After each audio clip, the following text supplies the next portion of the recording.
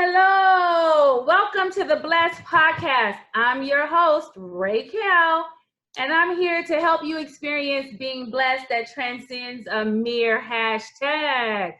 Let me give my disclaimer. I'm not an evangelist, prophet, preacher, Bible scholar. I'm just a God-worshiping, Jesus-loving, Bible-believing, new thought Christian who believes that God blesses those who has the faith to work his principles. That's what I believe. Okay, so I know everybody's always asking me, what is New Thought?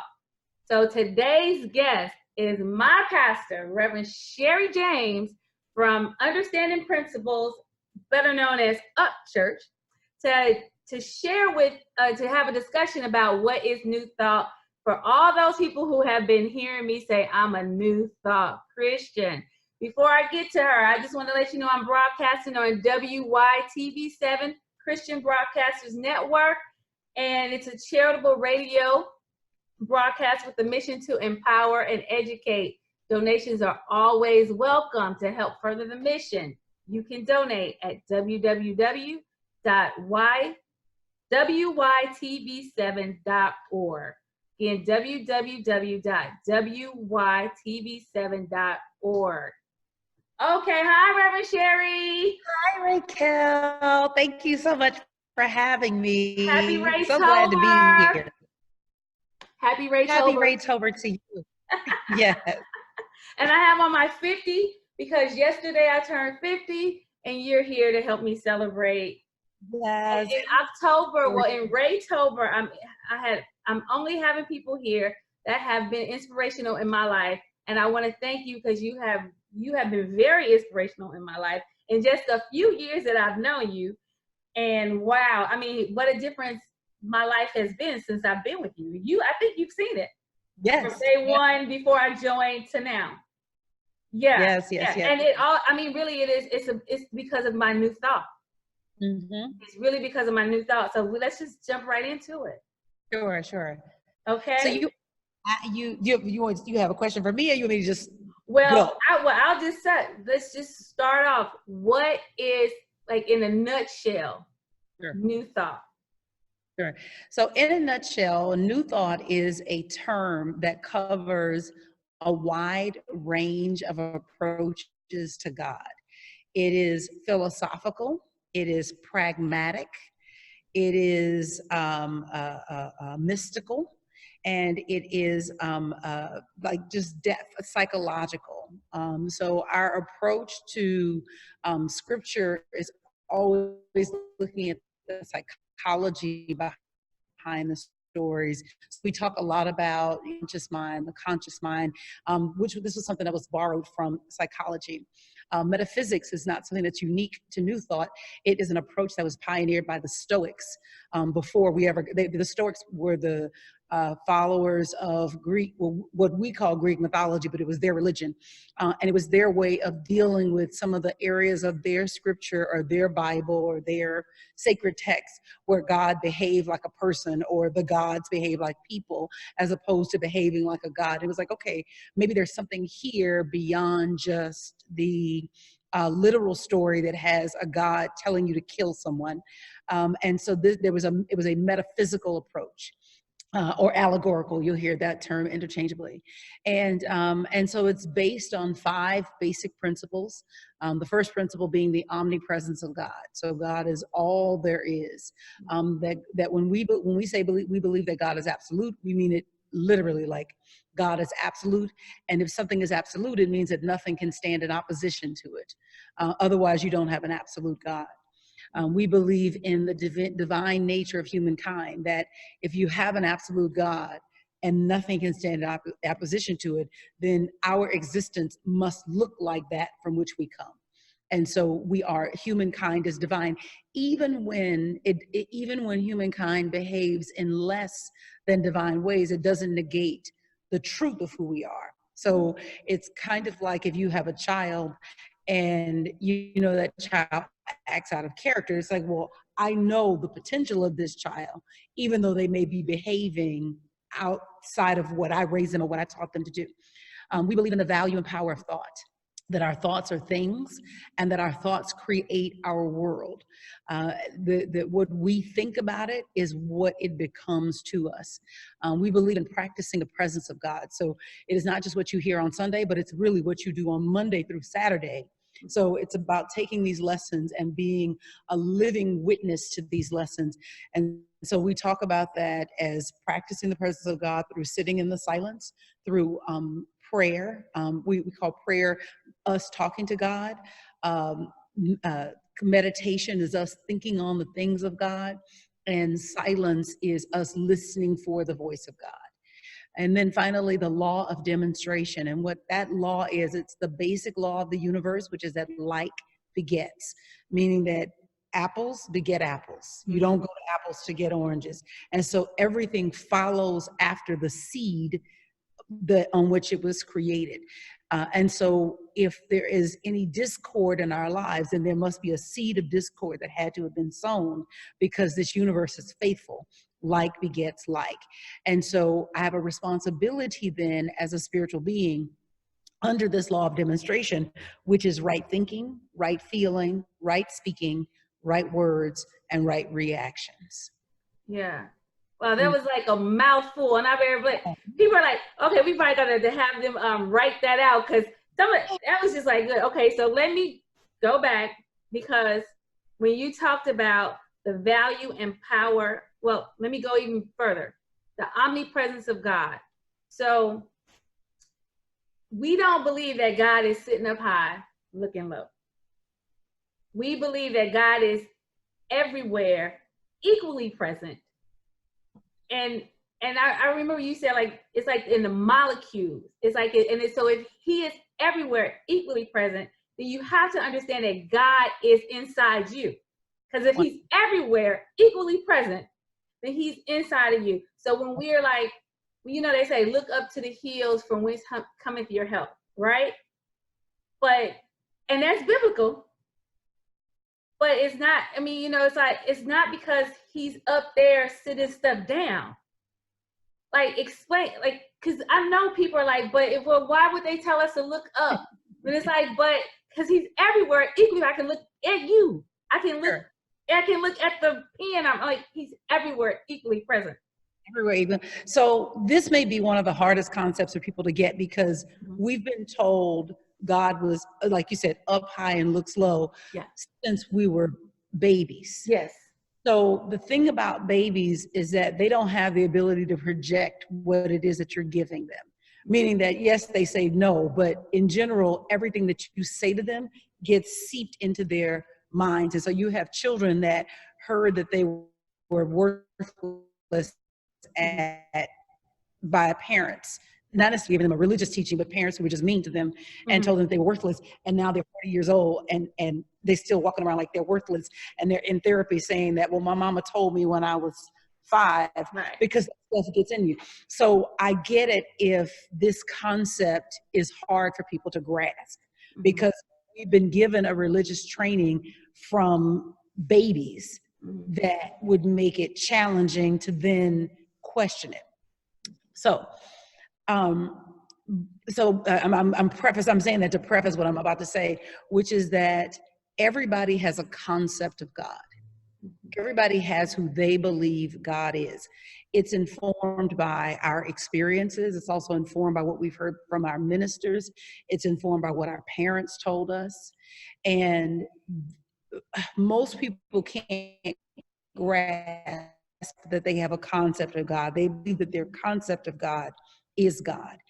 Even in our Bible, there are multiple concepts of God. For example, if you read the Genesis chapter 1, God creates by divine fiat, meaning that the spoken word, let there be and there was. But if you read Genesis 2, which those two versions of Genesis are 400 years apart, and Genesis 2 is the older version, the Genesis 2, God is much more anthropomorphic. He walks in a garden. He don't know where Adam is.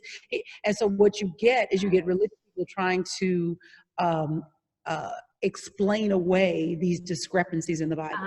If you get to David, for David, God is a God of war. So everything in the Psalms is about, you prepare a table before my enemies, and what Jesus said is agree with your enemy, your adversary quickly before you get to court. So it's literally every book in the Bible, you get multiple concepts of God. And so what we have done as New Thought Christians is said, we follow Jesus. That Jesus also read these Hebrew scriptures, because this was the only Bible that he knew, which were the Hebrew scriptures. And he read and understood that no, God is not just my friend, as Abraham called him, that God is my father.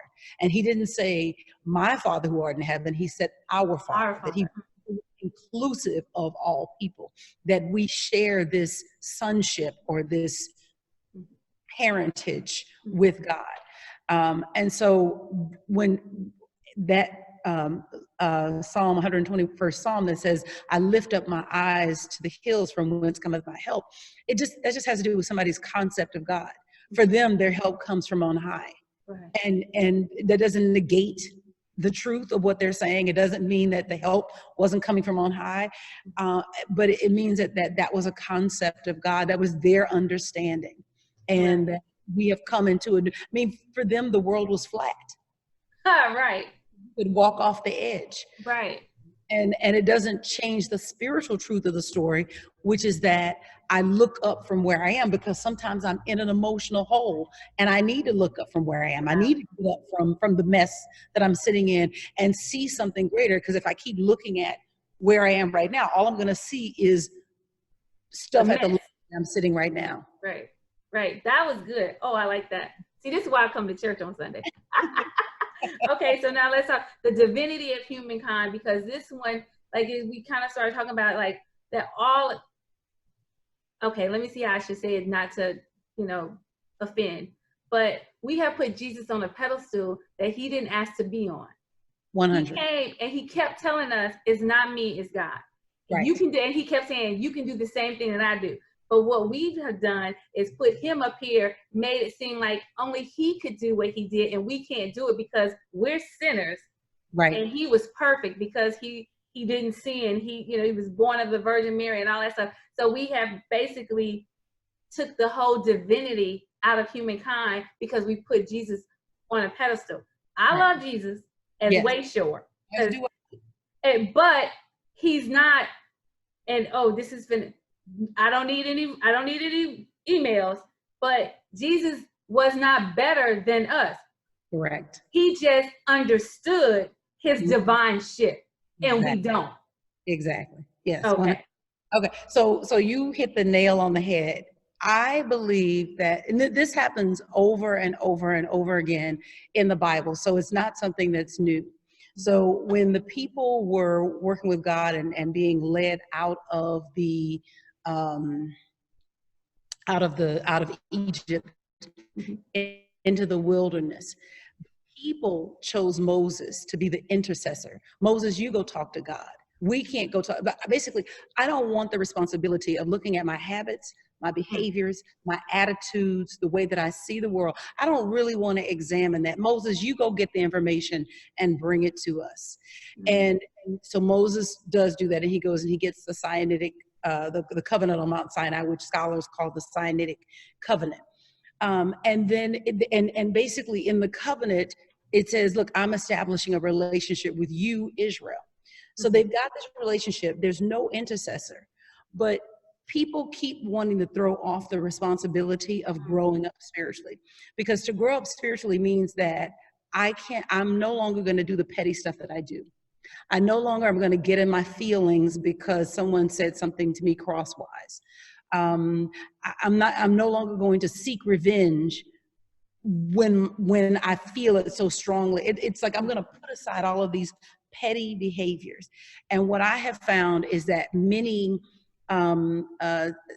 people are unwilling to do that work. And so we keep trying to put someone between us. So the Israelites had no one between them because that's the covenant that was set up with them. And then they go through the period of the judges, they go through the period of the prophets, and all of a sudden they decide, you know what, we need a king. And all of a sudden now you have a king that sits in between them and God. And so God is basically, the king is the son of God, which is something that you'll see in the Bible. They'll refer to the king as being the son of God, not necessarily meaning divine, but it's like he's in this layer in between. So then when Jesus comes along, and if you really study his work, there's a great book by Marcus Borg called Meeting Jesus Again for the First Time. And it is a remarkable text, because what you really get when you pull all of the dogma off of Jesus, what Jesus was saying was that get over your petty habits, stand up and be the spiritual giant that you are. You need a spiritual practice. It is not about being holier than thou, but it is about caring for other people. In Jesus's time, you know, we don't really have this so much today, but when you ate with someone, it meant that you were accepting of their lifestyle. Okay. So the big deal of them saying he's spending time with these sinners, spending time with the prostitutes, the harlots, as well as the holy people, it was that he was saying, I'm accepting of your lifestyle. Jesus was radically inclusive.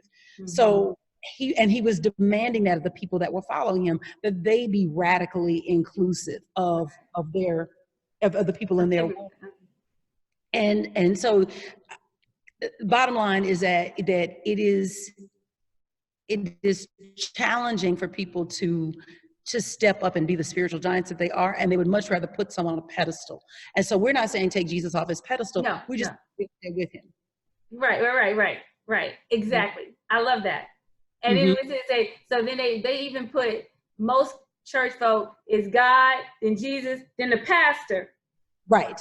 And they even put another one in between. It's like, so, and they hold the pastor up to a higher standard, but they don't have to live up to that standard because they got the pastor, and then but like you said, we all have to stand up and be the spiritual giants that we are. And it's not necessarily about the behavior. And that's one of the things I want to talk about, sin, how we view sin in New Thought, because, and I try to explain to people, I was like, you know, in the church that I grew up in, we focused on the action. And I say, let's forget about the action. Think about the mindset. What is your mind telling you to make you lie to me? Because the lie, they want to focus on the lie, the sin of lying. But let's focus on the mindset that makes you think that you need to lie, or the mindset that makes you think that you have to steal or kill. It's the thoughts. We're focused on the actions. Let's focus on the thoughts that people are thinking to make them do those things. And we want to write everybody off who do those things, and usually it's because we don't do them. So we can write you off, because I always say, like, there's a hierarchy of sin in the church. Is unwritten. Sister Jenkins can keep gossiping, but as soon as Brother Barry brings his boyfriend to church, it's a problem. Right. There you go. So you hit the nail on the head, which is that there are no actions. There's no such thing as acting without thinking. And so if you never address the thinking that produced the actions, then the actions will simply recreate themselves in another setting. So you have to get at the mindset. Well, first of all, we don't make a big deal of sin because everybody makes mistakes. Right. And we know that if you get the thinking right, the mistake goes away. And so most sins, if you will, are based on a lack mentality. I take because I think that there's not enough. So the mistake is the belief that there's not enough. That's good. Then I never have to take from anyone. Or the belief is that I can that there's not enough. Even adultery, most sins drive back to that one belief that there's not enough. It's also a sin to believe that your actions don't have consequences. That every meaning that I can go and I can do something and it's not going to have an impact or that it's going to work out. So I go and I get involved in an affair because I think that everything is going to turn out okay. And the thing is that it still all traces back to what were you thinking that made you walk in the room in the first place? What were you thinking that made you take the thing in the first place? Mm-hmm. But second to that, there is nothing that you can do that can damage, dismantle, or dissolve your divine nature. You can't sin your way out of being God's beloved son or daughter. Mm-hmm. So it just like your own child, you know, both we have boys, your son is grown and Jordan ain't graduating until 2032, praise God. It makes me sad, you know, because I see Amiri graduating now, your son graduates. It's like, Jesus, I got years to go. But anyway, so there's nothing that he can do that would stop me loving him, stop me caring about him. Mm-hmm. He can't make a mistake. He can't mistake his way out of being my son and being loved by me. And my love is imperfect. my love is still growing, still trying to get to that divine potential. So how then that a God that loves perfectly could stop loving me because of a mistake that I made? It's like that doesn't make any sense. Yeah, and it goes back to God is everywhere equally present. He does not leave because we make a mistake. Exactly. So when they say he does not leave, like God, he can't leave. How can you leave if you're everywhere equally present? 100%. It's just like that part. Mm-hmm. Okay, so practicing the presence of God, the meditation, the silence, and the prayer, and let's talk about prayer, because people think, well, I've heard people say and sing prayer changes things. And I even before New Thought, I was like, wrong. Prayer does not change things. Prayer changes me and the way I think about things. So now that thing, is not as big as I thought it was because the prayer changed me. Correct. Okay, so just because I'm not a preacher, prophet, or Bible scholar, so Miss Bible scholar, preacher, prophet, please share with the people that I'm right. Let me tell you something. We're going to get you in class. We got a teacher training program. And I got my eye on you, Raykel. So the thing about prayer is the way that prayer is the most powerful thing that you can do. Most people think of prayer as a last resort when it really should be your first course of action. So prayer is the way that you communicate with God, meaning that the good that God has for you is formless. It doesn't have any color. It doesn't have any texture. It doesn't have any shape to it. It doesn't have any substance to it. It's just formless good. So our prayers then are how we shape the good that we are asking God for. So the good is available in whatever form I want it. But until I say, 6'5",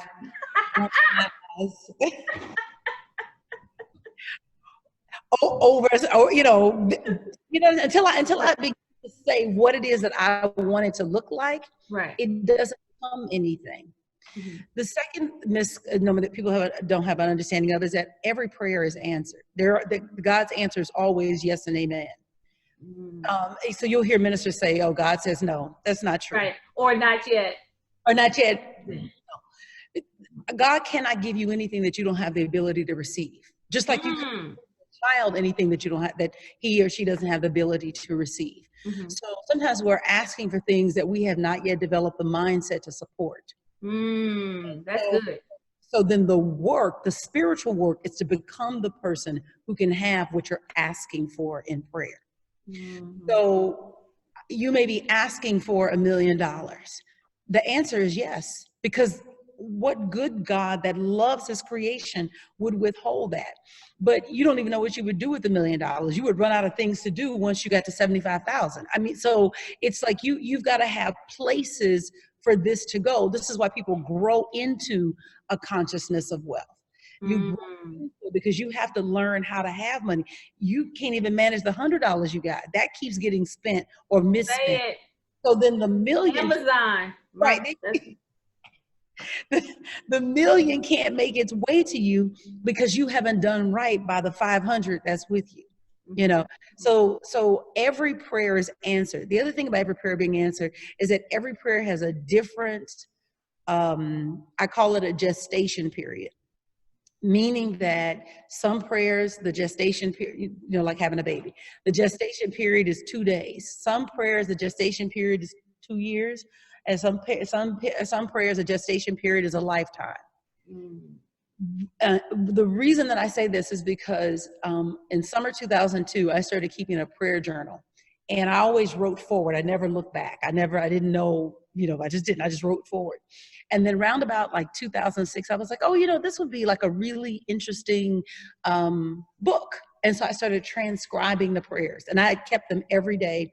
A couple of days I missed here and there, but that was the way that I prayed, was that I would write a letter to God. And I started transcribing the letters, and it blew my mind, the level of detail with which prayers have been answered. Most of the prayers that I had written out, I had forgotten I asked for it. And that's what I find, is that if God doesn't answer in our timetable, then we think that that it isn't happening. And the thing is that it's always happening. And then there were some prayers that came about like that, which was great because I remembered I prayed for it and the answer was there. And then some prayers I completely forgot about, was living in the blessing, and completely forgot. And so every prayer is answered. It's just, what's the gestation period? How long does it take you to become the person who can have what you're asking for? That's deep, and it brings us right into the law of demonstration, because this is the one that Reverend Della got me before I joined the church.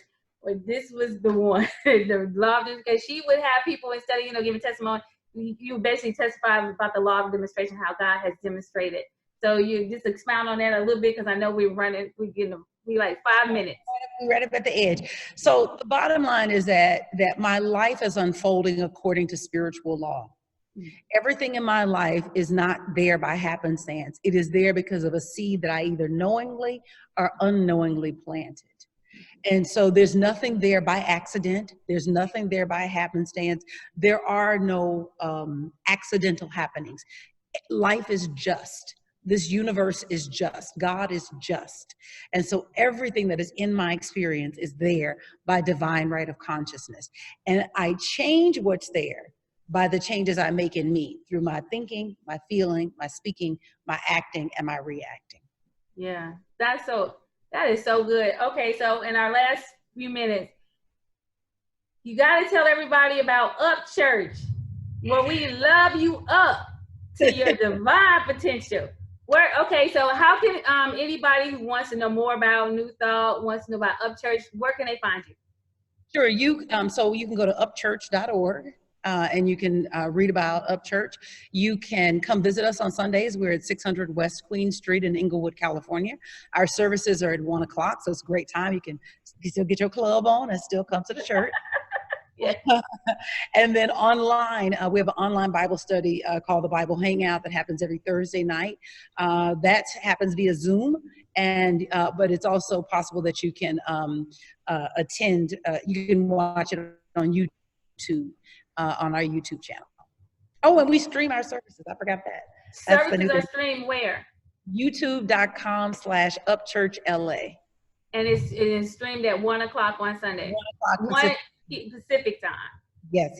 Thank you. I'm sure that people are going to say they need more, because we didn't even scratch the surface. I got my little New Thought. I'm taking the class, the New Thought Christian by William Warch. It's a good book. I think we just on like chapter 2. Yes. It's a really good book. I'm learning so much, even though, and the thing is, what I love so much about it, it's stuff that I kind of already knew, and now it's like God is just reaffirmed, like, because he's everywhere equally present. So he's in me, telling me these things, and now I'm finally got the books and the people who are letting me know that I do know what I'm talking about, and this is real, and it's such a great way to experience and connect with God. I'm not saying our way is the only way, but it is one way, and it's a way that works for me. Yes. 100%. And I like to share with everybody else. So thank you for coming on. We probably will have you on again. And then we have another, our co-pastor, Reverend Sherri. It's like Sherri and Sherri. It's like crazy. Sherri and Sherri. Maybe I'll have her on. But I love Up Church, and I love you. Thank you so much. And to my listeners, please join the tribe called Bless. If you want to donate so you can hear more things like this, go to www.wytv7.org and donate to the cause. And remember, what God has done for you, what God has done for others, He will do the same thing for you. Be blessed, everyone. Thank you, Reverend Sherri. Thank you. Thank you for having me. You're listening to Blessed on WYTV7 Christian Broadcasters Network with your host, Raykel Tolson. Blessed. It's more than just a hashtag.